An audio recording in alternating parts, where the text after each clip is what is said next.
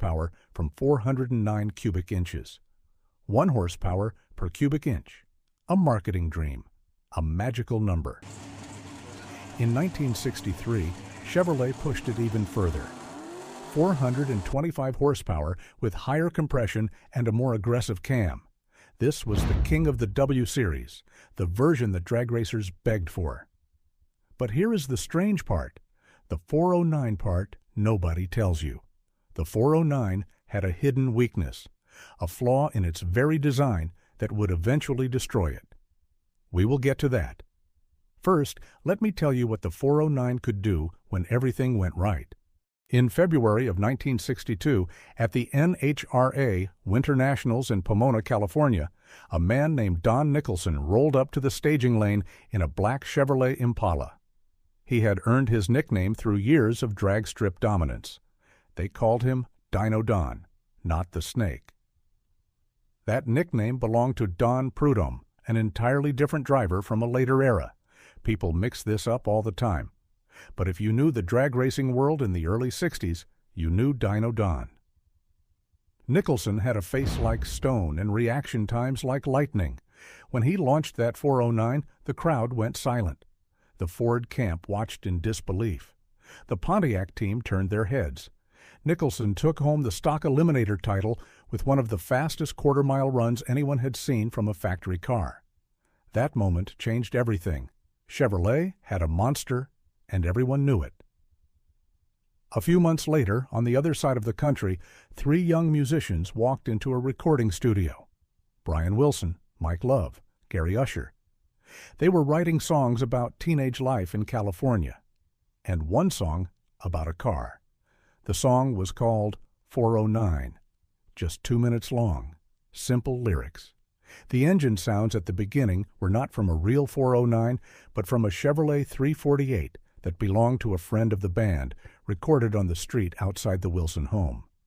Most people do not know this, but the song became something bigger than the band ever imagined. She is real fine, my 409.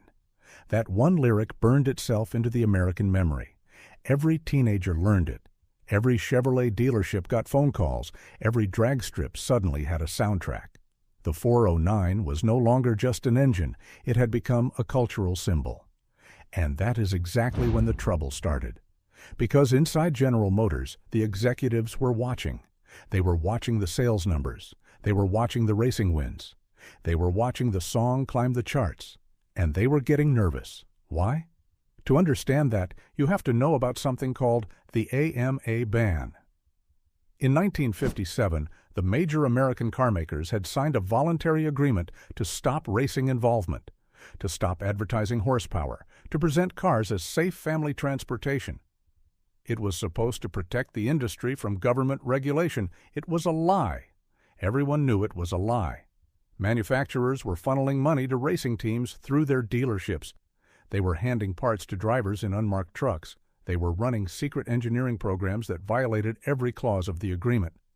But in 1963, the pressure became too much. Only about 50 Z11s were ever built. Officially, they were intended for drag racing only. Customers had to sign paperwork acknowledging the car was not suitable for street use. The cars came with lightweight aluminum body panels in some configurations. They were stripped down. Brutal. A driver named Hayden Proffitt ran one of these Z11 Impalas in 1963. He ran low 13-second quarter miles, sometimes high 12s. For a factory-built car at that time, this was unprecedented.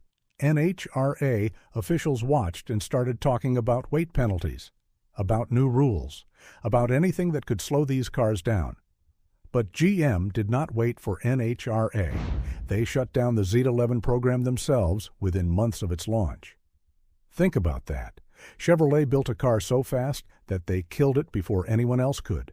Why? The answer comes down to one simple word: liability.